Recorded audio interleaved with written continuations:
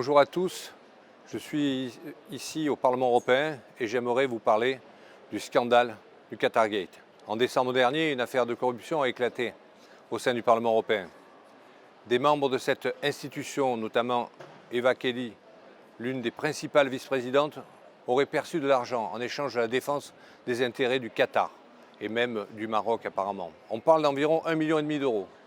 Pour rappel, le Qatar finance des groupes djihadistes du Moyen-Orient, ainsi que des projets salafistes en Europe. Suite à ce scandale, le groupe Identité et Démocratie, ainsi que le Rassemblement national, exigent la création immédiate d'une commission d'enquête au Parlement européen. Lors des scandales Pegasus et Panama Papers, de telles commissions ont été créées et nous ne comprenons pas que ce ne soit pas le cas au sujet du Qatargate.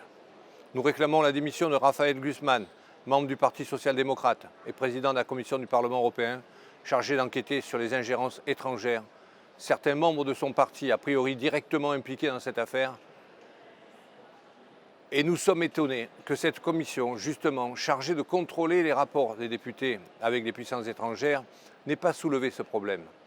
Le parquet européen, créé en juin 2021 et qui a notamment pour mission de rechercher et poursuivre les auteurs d'infractions pénales, notamment en matière de corruption, portant atteinte aux intérêts financiers de l'Union européenne, ne s'est pas non plus saisi de cette affaire.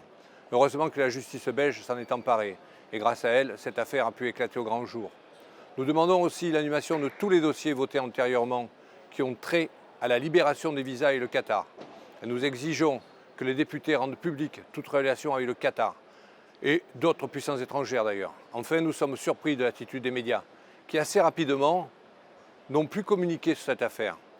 C'est une affaire grave qui démontre la porosité entre certaines puissances étrangères et le Parlement européen. Le groupe Identité et Démocratie s'inquiète que le Qatar et d'autres puissances étrangères puissent être les auteurs d'actes de corruption au sein des instances européennes, car il semblerait que d'autres députés soient impliqués dans ce scandale.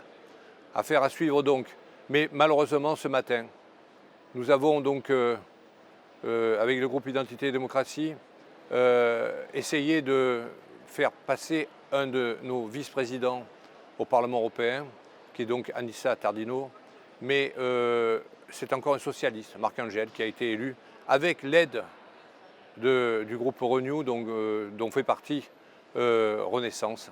Et malheureusement, nous n'avons pas de vice-président. Nous sommes le seul groupe à ne pas avoir de vice-président, ce qui est antidémocratique et qui démontre bien la mainmise des lobbies sur certains membres de la Commission européenne. Voilà ce que je voulais vous dire et nous ne lâcherons rien. Merci à vous tous.